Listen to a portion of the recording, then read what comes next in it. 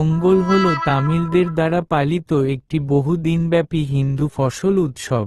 এই উৎসবটি টানা ৩ বা ৪ দিন ধরে পালিত হয়, যেগুলিকে ভোগী, থাই পোঙ্গল, মাতু পোঙ্গল এবং কানুম পোঙ্গল বলা হয়, যা তামিল ক্যালেন্ডার মাসের মার্গাঝির শেষ দিনে শুরু হয়।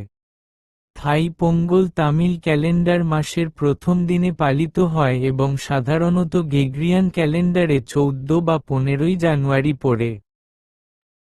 উৎসব উপলক্ষে রান্না করা পোঙ্গল খাবার পর্যবেক্ষণ করেছেন ভারত, শ্রীলঙ্কা, মালয়েশিয়া, মার্কিন যুক্তরাষ্ট্র, ইন্দোনেশিয়া, মরিশাস, সিঙ্গাপুর, যুক্তরাজ্য, দক্ষিণ আফ্রিকা, কানাডা, অস্ট্রেলিয়া।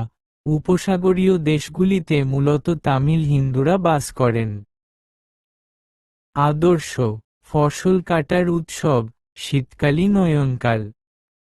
কৃষির প্রাচুর্যের জন্য সৌর দেবতার পূজা এবং গবাদি পশু পালন।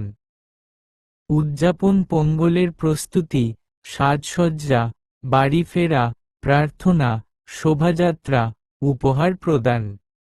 প্রথম দিন থাই পোঙ্গল এবং পরবর্তী ১ বা ২ দিন মাট্টু পোঙ্গল এবং কানুম পোঙ্গল। মকর সংক্রান্তি, এই উৎসবটি শীতকালীন। অয়নকালের সমাপ্তি এবং সূর্য মকর রাশিতে প্রবেশের সময় সূর্যের ৬ মাসব্যাপী উত্তরায়ণ নামক উত্তরায়ণ যাত্রার সূচনা করে। এটি সৌর দেবতা সূর্যকে উৎসর্গ করা হয় এবং মকর সংক্রান্তির সাথে মিলে যায়, যা ভারতীয় উপমহাদেশ জুড়ে বিভিন্ন আঞ্চলিক নামে পালিত হিন্দু উৎসব।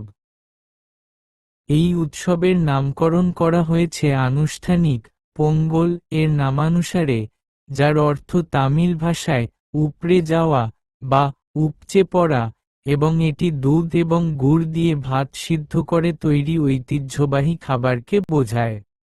মাতু পোঙ্গল গবাদি পশুদের উদযাপনের জন্য, এবং গবাদি পশুদের স্নান করানো হয়, তাদের শিং পালিশ করা হয় এবং উজ্জ্বল রঙে রং করা হয় এবং তাদের গলায় ফুলের মালা পরানো হয় এবং এই দিনে শোভাযাত্রা করা হয়।